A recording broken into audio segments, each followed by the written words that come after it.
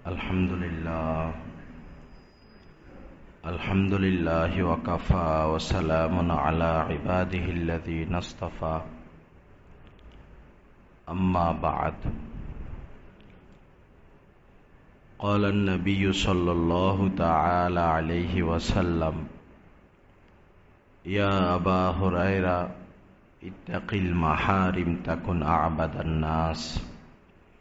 Aw kama qala an-nabiyyu sallallahu ta'ala alayhi wa sallam. Allahumma salli ala sayyidina wa maulana Muhammad wa ala ali sayyidina wa maulana Muhammad wa barik wa sallim.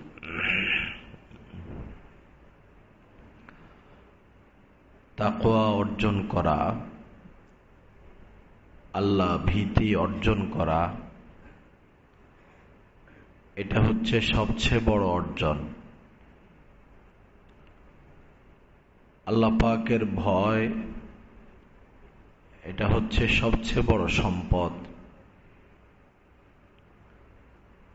মানুষ দুনিয়াবি বিভিন্ন পদ এবং সম্মান পেয়ে নিজেকে গর্বিত মনে করে। দুনিয়ার হাইসিয়তে সেটা গর্বের বিষয় সত্য, বাকি আসল গর্বের বিষয় হচ্ছে যে আমি আল্লাহর বান্দা, আমি আল্লাহকে ভয় করি। অর্থাৎ তাকওয়া অর্জন, আল্লাহ পাকের মহব্বত অর্জন, আল্লাহকে পাওয়া, আল্লাহকে চিনা, আল্লাহর হওয়া, এটা হচ্ছে সবচেয়ে বড় অর্জন। এক মুহূর্তের জন্য আল্লাহকে না ভুলা, এক সেকেন্ডের জন্য না, যতক্ষণ একজন বান্দা জীবন্ত মানে জাগ্রত, ততক্ষণ সে এক মুহূর্তের জন্য আল্লাহকে ভুলে থাকতে পারে না। আল্লাহর স্মরণ তার অন্তরে থাকে, তার মনে থাকে। এটা হচ্ছে সবচেয়ে বড় অর্জন। আনতা আবুদাল্লাহ কাআন্নাকা তারা, এমন ভাবে আল্লাহর ইবাদত করো যে কেমন যেন তুমি তাকে দেখতেছ।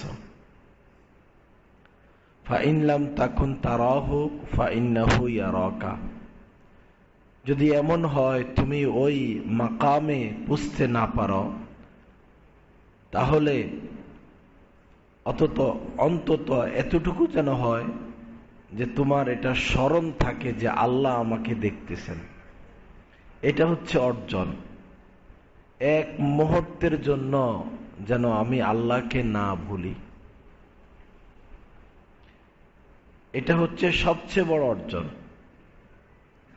কোনোভাবেই যারা আল্লাহওয়ালা হন, বুজুর্গানে দিন হন, তারা যে সারাদিন বসে বসে তাসবিহ টিপবেন, সারাদিন জিকির করবেন, তেলাওয়াত করবেন, এরকম কিছু না। আল্লাহওয়ালাগণ সাধারণ মানুষের মধ্যেই থাকবেন। বাকি পার্থক্য হলো তারা সর্ব অবস্থায় আল্লাহকে স্মরণ রাখবেন, আল্লাহকে তারা এক মুহূর্তের জন্য ভুলবেন না। আমাদের তো মাঝে মধ্যে হয়তো আল্লাহর কথা একটু স্মরণ হয়, মাঝে মধ্যে, কিন্তু উচিত হলো, দায়িত্ব হলো এক মুহূর্তের জন্য আল্লাহকে না ভুলা, এক সেকেন্ডের জন্য না। এটাকে বলা হয় মাকামে এহসান, এহসানের মাকাম অর্জন করা। আল্লাহ পাক আমাদেরকে বুঝা এবং আমল করার তৌফিক দান করেন। উদাহরণস্বরূপ দেশ গ্রামে দেখা যায় প্রায় বাড়ির পাশে পুকুর থাকে, পুকুর বা পুকুর নাই থাকুক, একজন মহিলা, তার একটা বাচ্চা আছে, বাচ্চাটা একটু একটু হাঁটতে পারে বা হাঁপড় খায়, তো সে বাচ্চাটাকে উঠানে ছেড়ে দিয়ে বা ঘরের আশপাশ রেখে মহিলা রান্না বান্না করে, ভাত রান্না করে, তরকারি রান্না করে। সন্তান এখন তার পাশে নাই, সন্তান তার থেকে দূরে, সন্তানকে সে দেখে না, কিন্তু সন্তানকে সে ভুলে থাকতে পারে না। তার কান খাড়া যে সে এখন অমুক জায়গায় আছে, সে ওই জায়গায় আছে, সে সেই জায়গায় আছে। যতক্ষণ সে ওই মহিলা রান্না করে, এক মুহূর্ত, এক সেকেন্ডের জন্য সে সন্তানকে ভুলে না। সন্তানের কথা তার স্মরণ থাকে, আমার ছেলেটা পুকুরের দিকে যাচ্ছে না, বা আমার সন্তানটা এখন পুকুরের পাশাপাশি আছে, এই স্মরণটা তার থাকে। তদ্রূপ একজন বান্দার এমন হওয়া উচিত যে সে এরকম এক মুহূর্তের জন্য আল্লাহকে ভুলবে না। আল্লাহকে সে স্মরণ রাখবে, আল্লাহর সাথে কথাবার্তা হবে, আল্লাহর সাথে ভালোবাসা হবে, আল্লাহর সাথে সম্পর্ক হবে। দিন ও রাত যারা আল্লাহর ওলি, আল্লাহওয়ালা, আল্লাহ পাকের সাথে তাদের হাজারো কথা হতে থাকে। কিন্তু আশ্চর্যের বিষয়, এই কথার কোনো আওয়াজ নাই, কোনো শব্দ নাই, কোনো ভাষা নাই, অথচ কথা হতে থাকে, ঘন্টাকে ঘন্টা কথা হতে থাকে আল্লাহ পাকের সাথে, আওয়াজ ছাড়া। এই কথা কানে শোনা যায় না, এই কথার কোনো টেলিফোনের তার নাই, কোনো শব্দ নাই। এটা আজীব এক ভালোবাসার খেলা। এত ভালোবাসা হবে কিন্তু আল্লাহ দেখা দিবেন না। এই দেখা না দেওয়ার এটাও হিকমত যে ভালোবাসা যেন আরো বাড়ে, আরো বাড়ে, আরো প্রচন্ডতর হয়। আল্লাহ পাক আমাদেরকে আমলের তৌফিক দান করেন। যেমন উদাহরণস্বরূপ, কোনো যুবক ছেলে যদি বাস্তবেই কোনো মেয়ের প্রেমে পড়ে, বাস্তবেই যদি কোনো যুবক ছেলে কোনো মেয়ের প্রেমে পড়ে, আর ওই মেয়েও ওই যুবক ছেলের প্রেমে পড়ে, যদিও সেটা অবৈধ, হারাম, তো দুজনের সম্পর্ক যখন মজবুত হয়, তো মাঝে মধ্যে তাদের কথা হয়। যদি রাত্রে 10টা বাজে বা 11টা বা 12টা থেকে কথা বলা শুরু করে, দেখা যায় ফজরের আজান হয়ে গেছে, এখনো কথা শেষ হয় নাই। কোন ফাঁকে যে 1 ঘন্টা শেষ হলো, 2 ঘন্টা শেষ হলো, রাত্র ফোয়াইলো, খবর পায় না। যখন আল্লাহ পাকের সাথে এরকম ভালোবাসা সৃষ্টি হয়ে যায়, তখন কথা আর শেষ হয় না, ভালোবাসাও শেষ হয় না, কথা চলতেই থাকে, চলতেই থাকে, চলতেই থাকে। এটা হচ্ছে আবদিয়াত। এটা এদেরকে বলা হয় আরিফ বিল্লাহ। এই বান্দাদেরকে বলা হয় আরিফ বিল্লাহ। তারা দুনিয়াতে থেকেই জান্নাতের স্বাদ পেয়ে যান, দুনিয়াতে থেকে জান্নাতের স্বাদ পেয়ে যান, জান্নাতের মজা পেয়ে যান। এজন্য দুনিয়া আর জান্নাত তাদের কাছে সমান। তারা দুনিয়ার প্রতি তারা লোভ করে না, পদের প্রতি তাদের লোভ নাই। আমারে সভাপতি বানাতে হবে, আমার প্রিন্সিপাল হতে হবে, আমার আন্তর্জাতিক বক্তা হতে হবে, আমাকে কেন প্রধান অতিথি দিল না, এই নিয়ে তারা বাড়াবাড়ি করে না। কারণ তারা তো জান্নাতের স্বাদ এখানেই পাচ্ছেন। দুনিয়া তো আসবাব, উপকরণ, এটার মধ্যে তো জ্বালা যন্ত্রণা। আল্লাহ পাক জাল্লা জালালু আমাদেরকে সেই মাকাম নসিব করেন, আল্লাহ পাকের সাথে সেই ভালোবাসা নসিব করেন। আসুন আমরা আল্লাহকে ভালোবাসি, আল্লাহর হই, এটাই কাজে লাগবে। চোখ দুইটা বন্ধ হয়ে গেল, নিঃশ্বাস শেষ হয়ে গেল, অন্য জগতে চলে গেলাম, বস এখন আল্লাহ ছাড়া আর আমার কেউ আপন নাই, আর কোনো আপন নাই। হয়তো একটু কান্নাকাটি করবে, হয়তো একটু কান্নাকাটি করবে। ম্যারাডোনা পৃথিবীর জমিনে একজন সুনাম, মানে খুব পরিচিত ব্যক্তি, লক্ষ কোটি ভক্ত ছিল তার। বাংলাদেশের 95% মানুষ তার ভক্ত। তো বাহ্যিক দৃষ্টিতে তো আমরা যা বুঝলাম, সে ঈমান হারা হয়ে মারা গেল বাহ্যিক দৃষ্টিতে, যেহেতু সে তার ধর্ম ছিল না। এই দৃষ্টিকোণ থেকে তো এখন বলা যায় যে তার উপর এখন আযাব হচ্ছে। এমন আযাব, যে আযাব থেকে সে কোনোদিন আর মুক্তি পাবে না। কিয়ামত পর্যন্ত আযাব হবে। কিয়ামত কায়েম হওয়ার পরও যখন হিসাব নিকাশ হয়ে যাবে, খালিদিনা ফিহা, জাহান্নামের আগুনে জাহান্নামীরা জ্বলতেই থাকবে, জ্বলতেই থাকবে, জ্বলতেই থাকবে, আর কোনো রেহাই নাই, আর নাজাত নাই। কুল্লামা খাবাত জিদনাহুম সাঈরা, আল্লাহ পাক বলেছেন জাহান্নামের আগুন জ্বলতে জ্বলতে যদি একটু কমে আসে, আল্লাহ নিজে ওই আগুনকে আবার বাড়িয়ে দিবেন। তো সে চির আযাবে প্রবেশ করলো। এখন যে তার কোটি কোটি ভক্ত জমিনের উপরে রেখে গেলেন, এই ভক্ত বৃন্দের দ্বারা তার কি উপকার হচ্ছে, তার কি ফায়দা হচ্ছে? আমরা এখন হাজার চেষ্টা করেও তার কোনো উপকার করতে পারবো না। এমনকি তার জন্য দোয়া করাও নিষেধ। কেউ যদি কুফরি অবস্থায় মারা যায়, তার জন্য আর দোয়া করা যায় না। জীবিত অবস্থায় কাফেরদের জন্য দোয়া করা যাবে, কিন্তু কেউ যদি কুফরি অবস্থায় দুনিয়া থেকে বিদায় নেয়, তার জন্য দোয়া করা নিষেধ। তা আমাদেরও এরকম ভক্তবিন্দু রয়েছে, বন্ধু বান্ধব রয়েছে, বাবা চোখ দুইটা বন্ধ হয়ে গেলে সব শেষ। অনেকে তো বলে বিমানে উঠলেই বেঈমান হইয়া যায়। দেশে 15-20 জন বন্ধু বান্ধবদের সাথে চলাফেরা করছে, বিদায় দিচ্ছে বন্ধুরা, সে বিদেশ যাচ্ছে, তো বন্ধুরাই বলে যে বিমানে উঠলে তো বেঈমান হইয়া যায়। মানে পরে আর বন্ধু বান্ধবের কি থাকে না, খবর থাকে না। দোস্ত 10,000 টাকা দাও, একটু বিপদে আছি। সে কয় দোস্ত আমি তো আরো বড় বিপদে আছি। তো দুনিয়ার বিমানে উঠলে যদি বেঈমান হয়ে যায়, তো আখিরাতের বিমানে উঠলে তারা আর মুমিন থাকবে কিভাবে? আল্লাহ পাক জাল্লা জালালু আমাদেরকে সহি বুঝ দান করেন। এজন্য বাবা এক মুহূর্তের জন্য আল্লাহকে না ভুলা। ফাযকুরুনি আযকুরুকুম, আল্লাহ পাক বলেছেন তোমরা আমাকে স্মরণ করো, আমাকে স্মরণে রাখো, আমাকে ভুলো না, আমিও তোমাদেরকে ভুলবো না। আল্লাহর প্রতিশ্রুতি। দুনিয়ার কেউ প্রতিশ্রুতি দিয়া সাধারণত রক্ষা করতে পারে না, করে না, পারে না, করে না। কিন্তু আল্লাহ পাক এমন, ইন্না ওয়া আন্না ওয়াদাল্লাহি হাক্কুন, আল্লাহ পাকের প্রতিশ্রুতি সত্য। হ্যাঁ, তিনি লা ইউখলিফুল মিআদ, প্রতিশ্রুতি ভঙ্গ করেন না আল্লাহ পাক।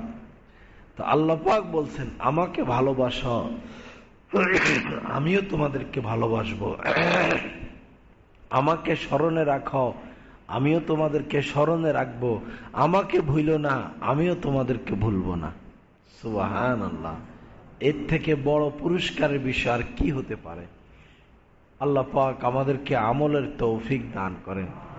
এজন্য বাবা আল্লাহ ওয়ালা হওয়া, আল্লাহর হওয়া, গুনাহ ছেড়ে দেওয়া, বেশি বেশি জিক্রুল্লাহ, বেশি বেশি সোহবত, বেশি বেশি আখেরাত কামানোর এই চেষ্টা অব্যাহত থাকা, এটাই আসল সামানা, এটাই আমার সম্পদ। একবার যদি বলি সুবহানাল্লাহি ওয়া বিহামদিহি সুবহানাল্লাহিল আযীম,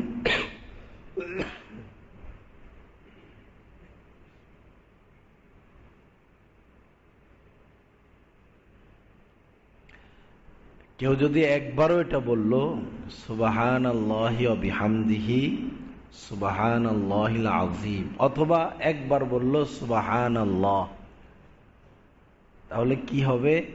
দুনিয়ার সমস্ত রাজত্বের চাইতেও এই একবার সুবহানাল্লাহর দাম বেশি। কারণ আমার এই সুবহানাল্লাহ বলা আমার সাথী, সে আমার সাথে জান্নাত পর্যন্ত যাবে। আর আমার সম্পদ যতদিন নাকে নিঃশ্বাস আছে ততদিন। হযরত সুলাইমান আলাইহিস সালাতু ওয়াস সালাম তার সিংহাসন নিয়া ঘুরে বেড়াতেন, এক জায়গা থেকে আরেক জায়গায় যাইতেন, আকাশে উঠতেন, হাজার হাজার মানুষ সহ তার সংসদের যত সদস্য ছিলেন, এমপি, মন্ত্রী, বিচারক সহ পুরা সাম্রাজ্য নিয়ে তার বাস, মানে যেরকম আমাদের সংসদ, হোয়াইট হাউস, সে এটা নিয়ে আকাশে উড়ে বেড়াইতেন, বিভিন্ন জায়গায় যাইতেন তিনি। এটা আল্লাহর দান তার জন্য। তো একদিন তিনি তার সাম্রাজ্য নিয়ে এভাবে উড়ে যাচ্ছেন, এক লোক নিচের থেকে এটা দেখলো, দেখে সে বলল সুবহানাল্লাহ। মানে এত বড় সাম্রাজ্য নিয়ে উড়ে যাচ্ছেন। সুলাইমান আলাইহিস সালাম চলা বলছেন থামো, আকাশের মধ্যে থামছেন। বাতাসকে বললেন তাকে উপরে নিয়ে আসো। ওই লোককে বাতাস উপরে নিয়ে গেল। পরে বললেন যে তুমি কি বলছো? ওই লোক তো কাঁপতেছে ভয়ে, না জানি কোন বিপদ আমার উপর আসে। বলছেন ভয় পেও না, তুমি কি বলছো বলো। সে বলল, হযরত আমি তো বেশি কিছু বলি নাই, মন্দ কিছু বলি নাই, খারাপ কিছু বলি নাই। আপনার এই শান শৌকত দেখে আমি আল্লাহর প্রশংসা করেছি, সুবহানাল্লাহ বলেছি। তখন সুলাইমান আলাইহিস সালাম বলেছেন, আমার যে শান শৌকত আর রাজত্ব তুমি দেখতেছ, এটার চেয়ে তোমার একবার সুবহানাল্লাহর দাম বেশি। যখন তুমি সুবহানাল্লাহ বলেছ, এই সুবহানাল্লাহর আজমতে, এই সুবহানাল্লাহর ভার এত বেশি যে আমার পুরো রাজত্ব কেঁপে উঠেছে তোমার একবার সুবহানাল্লাহ বলার দ্বারা। ভাই এটা সম্পদ, এটা সম্পদ। আউট ফাউট গল্প স্বল্প না করে কখনো সুবহানাল্লাহ বললাম, কখনো আলহামদুলিল্লাহ বললাম, কখনো কাউকে ভালো পরামর্শ দিলাম, কখনো কাউকে ঋণ দিলাম, কখনো কাহারো কোনো উপকার করলাম। সারাদিন কাজে এটা আখিরাতের পথে অগ্রসর হওয়া। আল্লাহ পাক জাল্লা জালালু আমাদেরকে আমল করার তৌফিক দান করেন।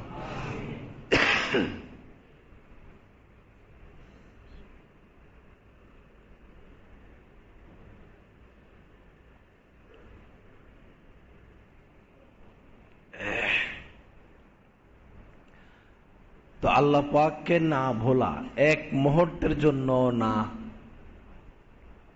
হযরত মাওলানা আশরাফ আলী থানভী রহমতুল্লাহ আলাই একদিন রাস্তা দিয়ে হেঁটে যাচ্ছেন। তো ওনার সাথে অনেক ওলামায়ে কেরাম ছিলেন, মুফতি শফি সাহেব রহমতুল্লাহ আলাই সহ বাংলাদেশি ওলামায়ে কেরাম ছিলেন। তিনি পথের মধ্যখানে, মানে রাস্তায় এক জায়গায় থেমে পকেটের থেকে কাগজ বের করলেন, পেন্সিল বের করলেন। ওই সময় পেন্সিল ছিল। কি যেন লিখলেন রাস্তার এক পাশে দাঁড়িয়ে। আবার ওই কাগজটা পকেটে রেখে হাঁটা শুরু করলেন।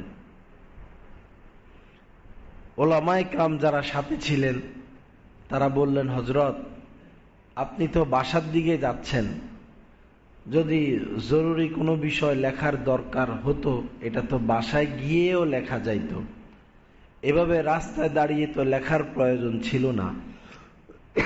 এটার হিকমতটা আমরা বুঝলাম না। হযরত থানভী রহমতুল্লাহ আলাইহি বললেন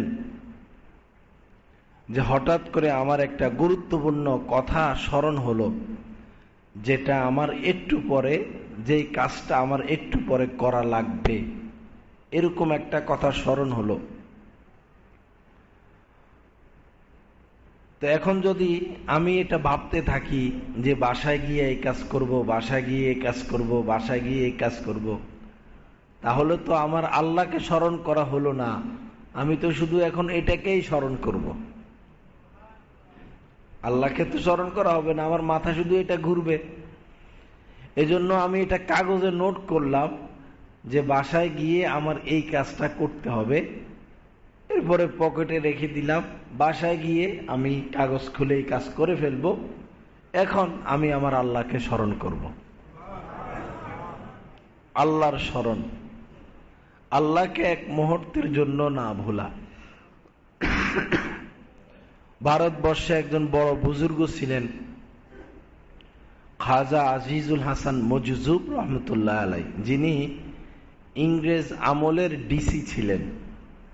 ইংরেজ আমলের ডিসি ছিলেন। তো তিনি হযরত থানবী রহমতুল্লাহ আলাইহির সোহবতে আসা যাওয়া করতেন। পরে তিনি খেলাফত পেয়েছেন, এত বড় বুজুর্গ তিনি হয়েছেন, তাকে আরেফে হিন্দ বলা হয়। আরেফে হিন্দ মানে হিন্দুস্থানের মধ্যে যিনি অনেক বেশি আল্লাহর পরিচয় অর্জন করেছেন, তিনি হচ্ছেন এই ডিসি সাহেব। হযরত থানবী রহমতুল্লাহ আলাইহির ইন্তেকালের পরে এই ডিসি সাহেবের হাতে উনার বড় বড় খলিফারা, বড় বড় আলেমরা বায়াত হয়েছেন। একজন ডিসির কাছে এত বড় মাকাম তিনি অর্জন করেছেন। এটা সকলেরই সম্ভব। সকলের দ্বারা ডাক্তার হওয়া সম্ভব না, সকলের দ্বারা ইঞ্জিনিয়ার হওয়া সম্ভব না, সকলের দ্বারা মন্ত্রী মিনিস্টার হওয়া সম্ভব না। কিন্তু আল্লাহ পাক রাস্তা এত সহজ রাখছেন, সকলের দ্বারা আল্লাহর ওলি হওয়া সম্ভব। সমস্ত মানুষের দ্বারা আল্লাহর ওলি হওয়া সম্ভব, আল্লাহর বন্ধু হওয়া সম্ভব, আল্লাহর নৈকট্য অর্জন করা সম্ভব। কিন্তু সমস্যা হলো আমরা হতে চাই না, আমরা হতে চাই না। আল্লাহ রাসূল হাদিসে কুদসির মধ্যে আল্লাহ পাক বলেছেন, মান তলাবানি ওয়াজাদানি, যে আমাকে চাইছে সে আমাকে পাইয়া গেছে। মান তলাবানি, যে আমাকে চাইছে, ওয়াজাদানি, সে আমাকে পাইয়া গেছে। হযরত থানবী রহমতুল্লাহ আলাইহি বলতেন, তুমি কপাল পোড়া, তুমি আল্লাহকে চাও নাই, এজন্য তুমি আল্লাহকে পাও নাই। তুমি চাইছো বড় মার্কেটের মালিক হইতে, হইছ। তুমি চাইছো 6 তলা একটা বাড়ির মালিক হইতে, হইছ। তুমি চাইছো মেম্বার হইতে, চেয়ারম্যান হইতে, হইছ। তুমি তো আল্লাহকে পাইতে চাও নাই, যার কারণে তুমি আল্লাহকে পাও নাই। ফলাফল কি? নিঃশ্বাসটা বের হয়ে গেল, মাটি মাটির উপরে থেকে গেল, সব মাটি। আমাদের মেহনত মাটির উপরে, আমরাও মাটি, মেহনত করি মাটির উপরে। মাটি যোগ মাটি সমান সমান হীরা মণিমুক্তা, মাটি যোগ মাটি সমান সমান মাটি। আর আমি মাটি, আমি যদি আল্লাহকে চাই তো মাটি যোগ আল্লাহ সমান সমান মাটি হয় না, সমান সমান আল্লাহওয়ালা। মাটি যোগ আল্লাহ সমান সমান আল্লাহওয়ালা। এজন্য আল্লাহকে চাওয়া, আল্লাহকে পাওয়া, আল্লাহর হওয়া, ধান্দা বান্দায় না পড়া। রিজিক যতটুকু অতটুকু আসবে, নিশ্চিত আসবে, নিশ্চিত আসবে। শুধু দুনিয়ার জন্য দৌড়াদৌড়ি ছোটাছুটি, আখেরাত বর্জন করে, এটা প্রশংসার বিষয় না, এটা প্রশংসার বিষয় না। তো খাজা আজিজুল হাসান মজজুব রহমতুল্লাহ আলাইহি একদিন বয়ান করতেছেন মসজিদের মিম্বারে বসে। ওই মজলিসে বড় বড় আলেম ওলামা বসা ছিলেন। মুফতি শফি সাহেব রহমতুল্লাহ আলাইহিও বসা ছিলেন, যিনি মাআরিফুল কোরআনের লেখক।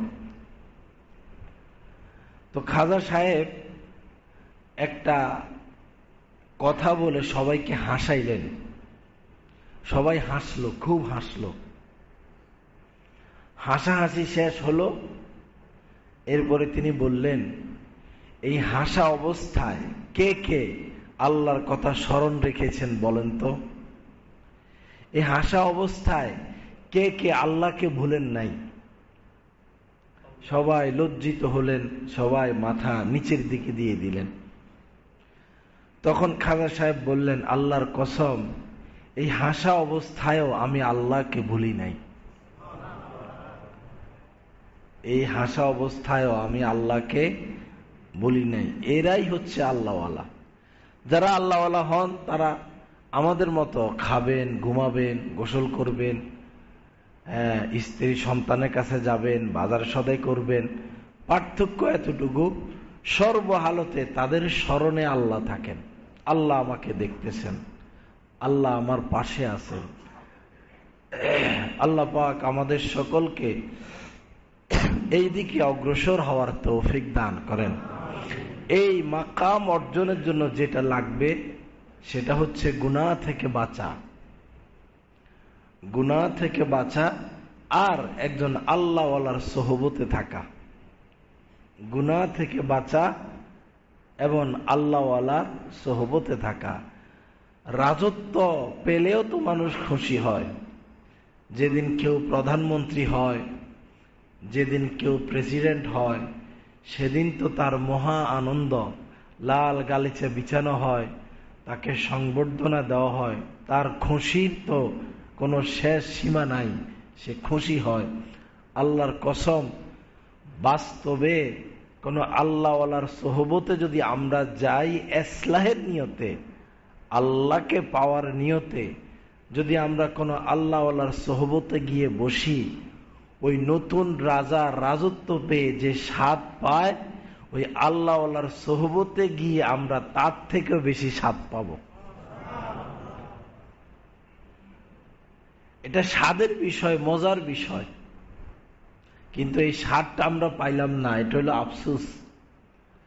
আমরা দুনিয়ার মাছ গোস্তের স্বাদ পেয়েছি, কোরমা বিরিয়ানির স্বাদ পেয়েছি, আল্লাহকে ডাকার স্বাদ পাই নাই, গুনাহ থেকে বাঁচার স্বাদ পাই নাই, আল্লাহর হয়ে বেঁচে থাকার স্বাদ পাই নাই, সেজদার মজা পাই নাই, রুকুর মজা পাই নাই, সুন্নতের মজা পাই নাই। তার মানে কিছুই পাই নাই। হযরত মাওলানা শামসুল হক ফরিদপুরী রহমতুল্লাহ আলাইহি, যিনি আমাদের বাংলাদেশের একজন অনেক উচ্চ মাপের আলেম এবং বুজুর্গ ছিলেন, তিনি বলেছেন যে তুমি সব পাইছ, দুনিয়ার সব কিছু তুমি পাইছ, কিন্তু আল্লাহকে পাও নাই, তুমি কিছুই পাও নাই। আল্লাহকে পাও নাই, কিছুই পাও নাই। আল্লাহ পাক আমাদেরকে আল্লাহকে পাওয়ার তৌফিক দান করেন, আল্লাহর হওয়ার তৌফিক দান করেন। ভাই, যার স্মরণে এটা থাকবে, আল্লাহ আমাকে দেখতেছেন, আল্লাহ আমার পাশে আছেন, সে কি সুদ খাইতে পারে, ঘুষ খাইতে পারে, মিথ্যা বলতে পারে, কুদৃষ্টি করতে পারে? অসম্ভব। সে তো কাউকে কষ্ট দিতে পারে না, সে তো কারো সাথে অন্যায় আচরণ করতে পারে না, সে তো নিজেকে উৎসর্গ করলো আল্লাহর সন্তুষ্টির উপর। তার তো নজর ওই দিকে যে আল্লাহ যেন আমার উপর অসন্তুষ্ট না হন। আমার দাদা সাহেব বলতেন যে এই হরিণীর মিগি নাভি হয়, মিগু নাভি, এটা হলো সবচেয়ে বেশি মেশকে আম্বর, সুঘ্রাণ। এখান থেকে সুঘ্রাণ তৈরি হয়, আতর, খুশবু, সেন্ট, মিগি নাভি হয়। তো যখন এই হরিণীর মিগি নাভি বের হয়, হরিণী আর ঘুমায় না, এই ভয়ে যে আমি যদি ঘুমাই আর কেউ এসে আমার এই সম্পদ নিয়ে যায়। মানুষ যাইয়া এই জাল দিয়া জঙ্গলে হরিণী ধরে ওই মিগি নাভি নিয়ে আসে, এটার থেকে সবচেয়ে শ্রেষ্ঠ সুঘ্রাণ তৈরি হয়। তো কোনো মানুষ গিয়ে তার এই মহামূল্যবান সম্পদ যেন নিয়ে না আসে, এই জন্য ওই হরিণী ঘুমায় না, দাঁড়াইয়া একটু ঝিমাইয়া নেয়, এই ভয়ে কেউ যেন আমার মিগো নাভি না নিয়ে যায়। আমার দাদা সাহেব বলেন যারা আল্লাহওয়ালা হন, বুজুর্গ হন, তারা এই হরিণীর মতো 24 ঘন্টা এতটা সতর্ক থাকেন, সাবধান থাকেন যে না জানি আল্লাহ আমার উপর কখন অসন্তুষ্ট হয়ে যান, না জানি আমি কখন কোনো অন্যায় করে বসি, না জানি কখন আমি কোনো ভুল করে বসি। এই ভয়ে তারা সবসময় কম্পিত থাকে, না জানি আমার দ্বারা কখন পাপ হয়ে যায়।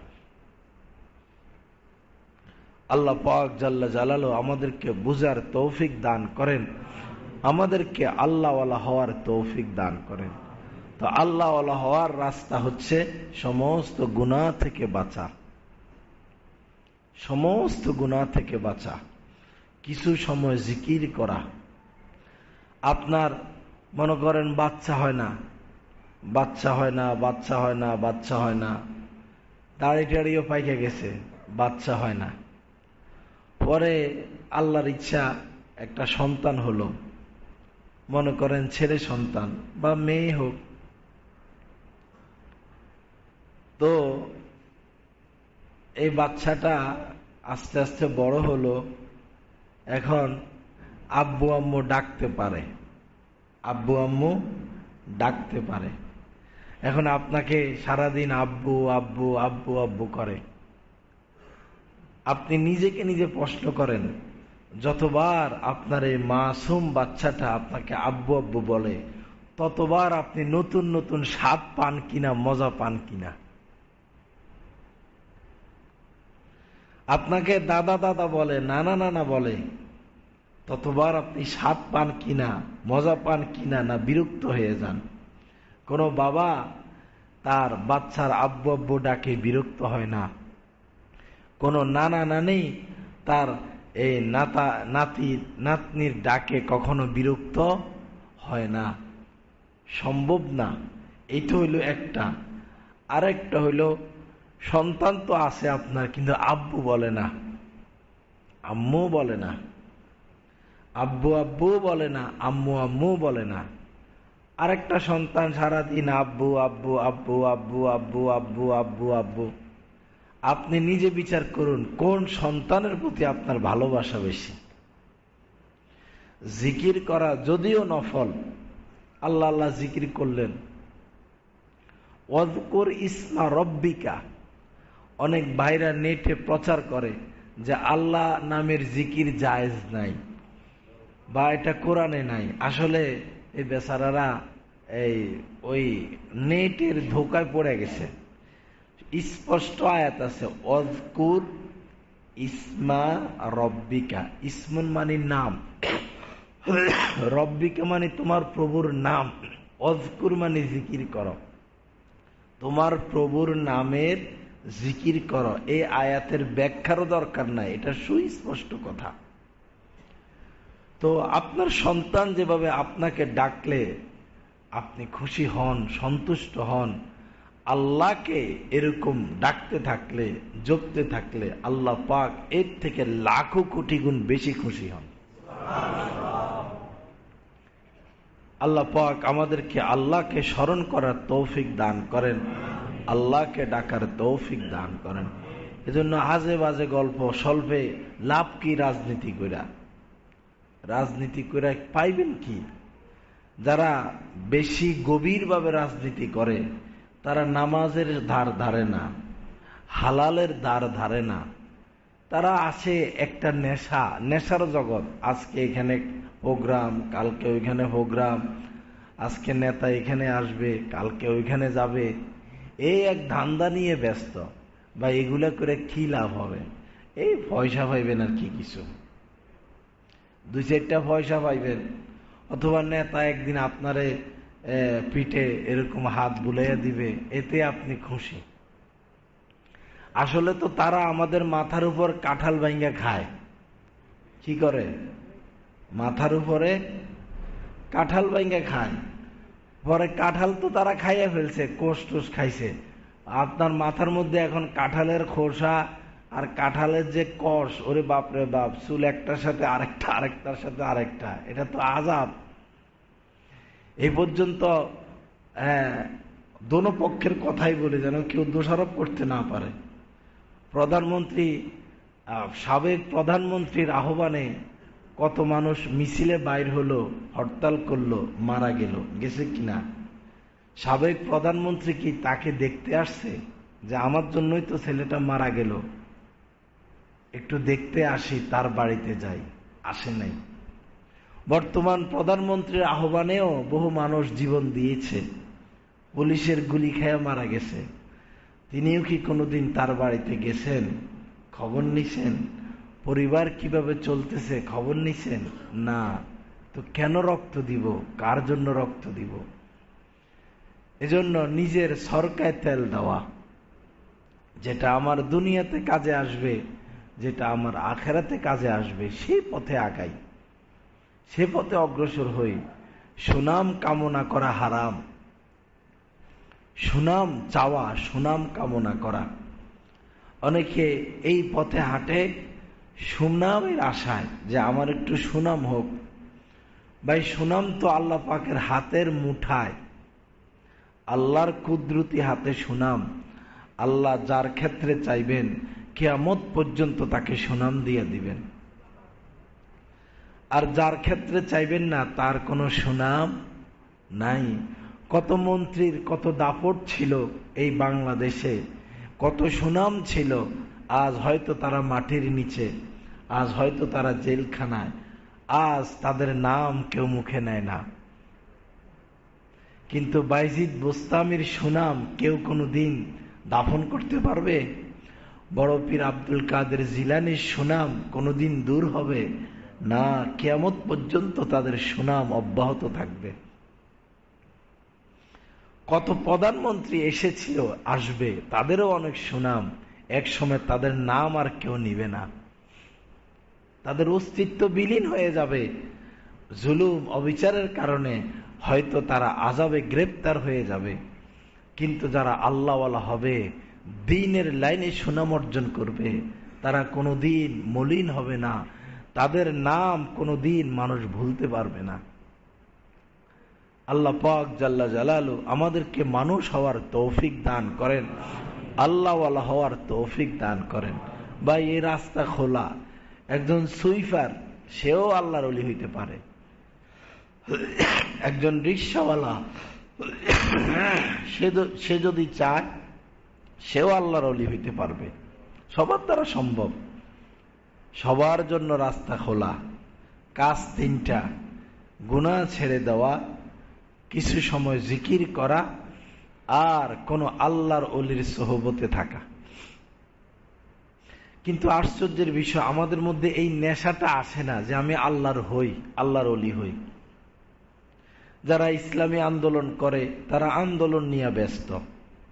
ভাই, ইসলামের জন্য আন্দোলন করতেছেন, এটা ভালো কথা, ভালো কাজ। তার মানে আল্লাহর ওলি হওয়ার আগ্রহ কেন আপনার মধ্যে থাকবে না? আপনি কেন আল্লাহর মহব্বত অর্জনের প্রতি অগ্রসর হবেন না? আপনি কেন আল্লাহর নিকটে পৌঁছার এই মেহনত কেন করবেন না? এটা তো সবচেয়ে বড় মেহনত। অনেক ভাইরা দাওয়াতের কাজ করে, এটা আজিম শান মেহনত। আল্লাহর বান্দাদেরকে আল্লাহর দিকে ডাকা, নামাজি বানানো, এটা নবীওয়ালা কাজ, বরকতময় কাজ। ঠিক আছে, এই কাজ আপনি করতেছেন, কিন্তু আল্লাহর মোহাম্মত অর্জন করা, আল্লাহর ওলি হওয়া, আল্লাহর নৈকট্যে পৌঁছা, আল্লাহকে পাওয়া, আল্লাহকে ভালোবাসার এই মেহনত আপনি কবে করবেন? এটা তো আরো বড় মেহনত। ওইটা বাদ দিয়া এটা করতে হবে এরকম না, যে যেটা করতেছি করি, অসুবিধা নাই, পাশাপাশি যদি এটাও যোগ করি যে আমি আল্লাহর ওলি হয়ে যাই, আমি আল্লাহকে ভালোবাসি, আল্লাহকে নিয়ে ব্যস্ত থাকি, আল্লাহর নৈকট্য অর্জন করি, তখন তো নূরুন আলা নূর। আপনি জমিনের উপরেও কামিয়াব, আপনি জমিনের নিচেও কামিয়াব। যারা মসজিদে ইমামতি করে, মুয়াজ্জিন সাহেব, তারা ভাবে আমি তো ইমাম হয়ে গেছি। যারা মাদ্রাসার শিক্ষক, প্রিন্সিপাল, মুহাদ্দিস, আমি তো প্রিন্সিপাল হয়ে গেছি, বক্তা হয়ে গেছি। তাই হয়েছেন তো ভালো কথা, কিন্তু আসল হওয়া তো হন নাই। আসল হওয়া হলো আল্লাহর হওয়া, আল্লাহর ওলি হওয়া, আল্লাহকে পাওয়া, আল্লাহকে ভালোবাসা। আল্লাহ পাক কোরআনে কারিমের মধ্যে বলেছেন, আলা শুনে রাখো, ইন্না আউলিয়া আল্লাহি, যারা আমার ওলি, যারা আমাকে পেয়েছে, যারা আমার বন্ধু হয়েছে, ইন্না আউলিয়া আল্লাহি লা খাউফুন আলাইহিম, দুনিয়া এবং আখিরাতে তাদের কোনো ভয় নাই। দুনিয়া আখিরাতে তাদের কোনো ভয় নাই। এক এক এক আল্লাহর ওলি ছিলেন,